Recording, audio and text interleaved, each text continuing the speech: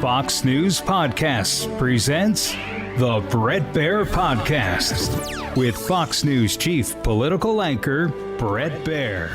Madam Secretary, thanks for the time. The July 4th, 2026 will celebrate the 250th birthday of the country, and American greatness is going to be on display, definitely, but it's also on trial. And I'm doing this project, The Case for America, as if making the case why America is a great place, especially at this anniversary. You know, in your memoir, you speak of your extraordinary, ordinary family. Isn't that kind of the American story? Ordinary people doing extraordinary things? That is absolutely the American story. And it's extraordinary that in this environment, you find people who do it against all kinds of circumstances that we would otherwise think were really crippling. That's really the American story, is that these people take the freedom that we are given as Americans, the fact that we're allowed to chart our own course, and they then, whatever their circumstances, they manage to achieve amazing things. And so what I've always loved about America is that you're not prisoner of either your circumstances of your birth. I mean, how many stories do we have of CEOs of major companies that in one case I grew up in a Section 8 government project housing? How many cases do we have of people who came here with nothing from another country, and within a generation, not only are they American, but their kids are wildly successful? And so it is that ordinary people do extraordinary things. But I think as we celebrate our anniversary, we have to realize that it's also because we were given certain freedoms, and that's why we're able to do what we do. You once said, the essence of America, that which really unites us, is not ethnicity or nationality or religion. It's an idea. And what an idea is that you can come from humble circumstances and do great things. So that's really to your point that you're making there. That's right, because I hear so many times, well, this could only have happened in America. And I think, well, what does that mean?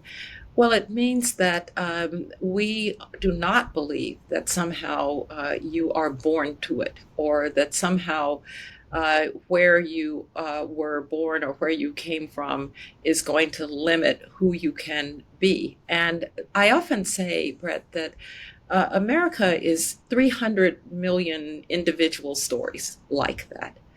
But we also have one collective story. And that collective story is about the power of freedom, the power of individual liberty, the power of resilience, the power of being able to see your world and your life as you want it to be, not as it is.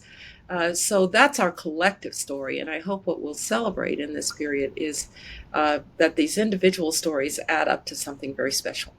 You also grew up in a time when to be African American meant being conscious of the American dream and its failure at that time to include people like you. And so you were kind of shaped by both struggle and opportunity. Can you talk about that, your personal story like that?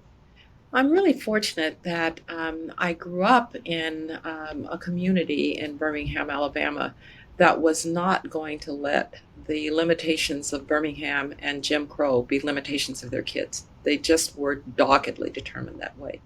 Now, I also have to remind people that, you know, I was kid of educators. My parents were teachers. My dad was a high school guidance counselor. I'm actually not even the first PhD in my family. My aunt was a PhD in Victorian literature.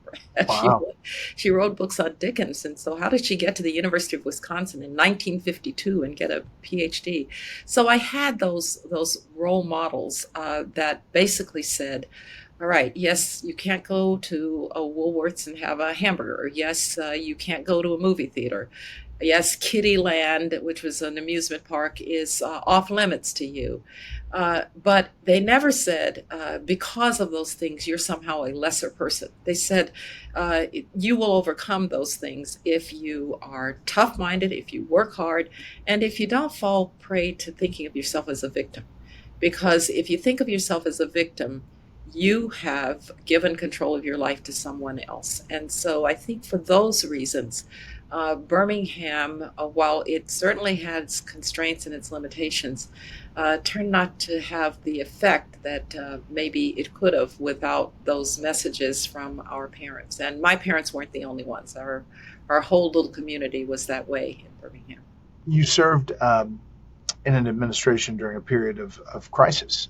There was times, obviously, after 9/11 when the nation came together in tremendous unity. A lot of people talk about 9/12 and how much unity there was on 9/12. There were other times, though, when the nation was really divided. Talk about the challenge of balancing those two in really the same administration. We tried, and President Bush really was determined about this, that he believed that, yes, it was important that the country be united, but he didn't want it to be united permanently in fear. I remember driving to the National Prayer Service that Friday, and there was a man holding a sign along Massachusetts Avenue, you know that route, and it said, "God bless America, we will not be terrorized." And the whole idea was that the administration should take the burden of trying to keep the next attack from happening, and that was very, very hard. But we've sometimes been criticized, the president's been criticized about not mobilizing the country at that moment around that sense of pride, around that sense of what it was to be American, in the way that, the analogy is all the way, in the way we were mobilized around World War II. But he felt, and I think it was wise, that we didn't want America to be in a constant state of fear about terrorism. We wanted America to go on with with Americans to go on with their life. I remember, Bret, that on September 12th, around the table, all of these agencies that would not have been around a national security table on September 10th, the people who did border control, the FBI, the transportation secretary, because we hadn't been attacked on the territory of the United States since the War of 1812. So suddenly we had every round around what it meant to be attacked internally. But I remember the first thing the president said to the Secretary of Treasury is, how fast can we get the banks back up? And I thought, well, that's a strange question. But he wanted Americans to go on. Now, maybe we paid a price for that, in that moment of unity dissipated as debates began about what the policies were. Debates began about not so much Afghanistan, but about Iraq and what we were doing there, as the president tried to pursue a domestic agenda around Social Security and the like. And so that moment of maximum unity did dissipate, but I think it was still the right call not to have the American people live in constant fear. All right, we're going to take a quick pause here. We'll be back after this. You've said that the United States doesn't have a choice but to assume leadership in the world and world affairs. And this is something you've talked about a lot. You believe strongly. I've talked to you about it before. What's the greatest opportunity we have for practicing that leadership today? We have some very direct moments right now. Some of them we've exercised. I have to say, I think the decision to support the Israelis in trying to at least set back the Iranian nuclear program was a signal to everybody that even if the President of the United States talked about America first, it didn't mean sitting on our hands when we could do something about the international system and about the challenges. We have a big opportunity in the way that we deal with China to come from our strengths, our distributed innovation, our scientific inquiry, which I hope we will continue through universities and the like, through the way that as a people we mobilize to take on this challenge. But I also think Ukraine may be the biggest one right now.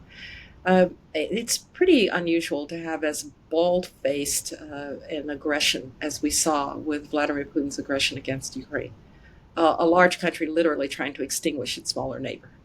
And if we believe in anything in the United States in terms of the way the international system operates. It's that might can't make right in that way. And so I'm grateful that we've continued to work with Ukraine. I'm grateful that, yes, the war needs to end, but needs to end in a particular way. And I would just remind everyone that the reason I often say we have no choice but to lead is that great powers don't mind their own business. They try to shape the international system. And either we shape it or somebody else shapes it. And I think for a host of reasons, going back to what we talked about in terms of our values and the way Americans have succeeded, we want to be the ones to shape the international system, not China, not Russia, and certainly not just the chaos of the law of the jungle, which has too often been the nature of international politics. If you were asked to make the case for America, what would the argument that you would make be? If I were asked to make the case for America, I might tell a little vignette, if that's all right. And as we've been discussing, I was the child of the segregated South, fortunately with parents who were determined not to let that matter. But on the day that I was sworn in as Secretary of State, I stood in the Franklin room of the State Department. And I looked up, I kind of glanced up at this portrait of Benjamin Franklin. And I thought, what would old Ben have thought of this? Here is this Black woman from the South, the segregated South, taking an oath of allegiance to a constitution that once counted her ancestors as 3/5 of a man, promising to protect and defend it against all enemies, foreign and domestic. And oh, by the way, sworn in by a Jewish woman Supreme Court justice named Ruth Bader Ginsburg, who was my neighbor. And of course, he would never have imagined it. And I wouldn't have as a little girl in Birmingham, and Ruth when she was just trying to get her voice heard in law school. And so the case for America is not that America is perfect. The case for America is we keep striving. We keep trying on the basis of our values, and the basis of our resilience, and the basis of our belief in one another to make that more perfect union. And it is never going to be done as our work. It has to continue. But that is the case for America. And I have been all over the world. I've visited a lot of countries, many of which I love. But there is nothing like the United States of America. And that's the case for it. That's great. I mean, the world is still trying to get here, too. We see a lot of people striving all the time to try to get to America. And whether they are people who come here to fuel the information revolution. I've often said, and he would say it, that people like Sergey Brin, who came here from Russia at 7, he doesn't found Google in Russia. He founds it because he's a student at Stanford. He meets Larry Page. They have this idea. It happens in America. I also think that even people who maybe come here to make $50, should make $5, not 50 cents, they're part of that story too. And so we have something very special, and it's why there are lines at every American consulate to try to get in, and not many at Chinese consulates. Do you think the American dream has changed? Are people more pessimistic that it reaches everybody? How do we think? I think we go through periods of pessimism. Look, we're kind of an unruly bunch, the Americans. It's kind of cacophonous here. But there is one piece that I worry about, which is as the economy has become more complicated, more sophisticated over the years, as the $18 an hour unskilled labor job has gone away, I'm not sure that our educational system has kept pace. There are too many people who really don't have a chance, and I think we all feel that. I've said, Bret, that I think we need a kind of human capital initiative. No more third graders who can't read. Right? If you can't read by the time you're third grade, you're not going to read. How would you like to try to get a job in this economy when you can't read? No more 21-year-olds who have finished college with a lot of debt and an unusable degree, when they might have been better off to go and take a trade. And do we give that opportunity? No more 35-year-olds who can't be retrained, because the one thing that we know is that that no set of skills is really going to be evergreen. You're going to have to keep reskilling and reskilling. But I especially worry about kids who are in unfortunate circumstances. I've always been a great believer in parental choice in schools, allowing parents to have better options, because the truth is we have a choice system. If you are of means, you will send your kids to schools where you will buy a house in a district where the schools are good and the houses are expensive. Palo Alto is one of those places. If you are really well off, you'll send your kids to private schools. So who's really stuck with no choice? Poor kids, where I can look at your zip code and I can tell where they're going to get a good education. That is not the American dream. And those kids will never realize the America that we've been talking about. And so I spend a lot of my time and a lot of my energy and a lot of what we do here at the Hoover Institution is to try to find ways, yes, to make the public schools better, but also to give poor parents more choices. Because it's not that they don't care, it's that they don't have good choices. And to your point earlier, it's that we're still striving. We're still striving, and we have many problems that we have to fix. But I'll take my bet on the United States to be better at it in ways that will continue to refresh the American dream and refresh America's and Americans' belief in who we are. But we also need to celebrate it. One reason that I'm looking forward to this anniversary of 250 is you have to continually acknowledge and celebrate. And maybe we have gotten a little down on ourselves. Maybe we've started to think about our history in ways that are really not really true to the history. Yeah, American history is complicated, but American history also has a lot of stories of overcoming, and that's what I hope will animate all of us as we try to celebrate this incredible 250 years. That's great. Let me ask you about this meeting in Alaska. President Trump, Vladimir Putin meeting in Anchorage. If you were advising President Trump, knowing what you know about Vladimir Putin and about Russia, what would you tell him ahead of this meeting? Well, first, he's got some pretty good people advising him, so let me just start there. But I think recognizing that President Trump, has really set the conditions that Putin, in a sense, needs him more than he needs Putin. Yes, he needs Putin to stop this war, but he holds the options, which he's articulated, of putting more pressure on a Russian economy that is really in pretty dire straits when the Russians themselves, through their very fine central banker, start to talk about the dark problems that the Russian economy has. I think maybe people are trying to say, even Russians are trying to say to Vladimir Putin, we can't fight this war forever. Secondly, I think that you have the possibilities with the Russians to say to them, we are not going to do this over the heads of the Ukrainians, because they have fought too hard. And that means that there's nothing wrong with having a discussion with Putin, but nothing can be a proposal that looks like an American-Russian proposal on how this war stops. The Europeans are going to be critical to whatever ceasefire eventually obtains. The Europeans are going to really be critical to making it work.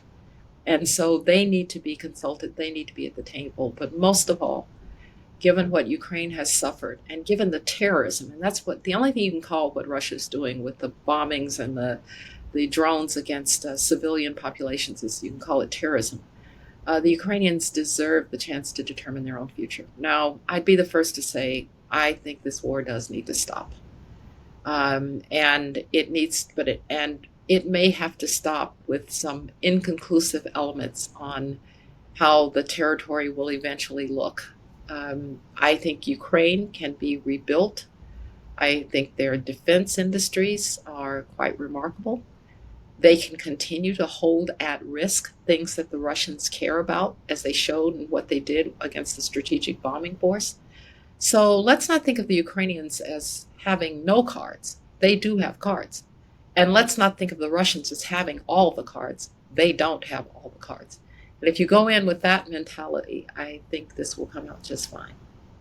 Because, again, knowing Putin, why do you think he agrees to this sit down? From a place of concern or from a place of trying to get his way in that room one-on-one?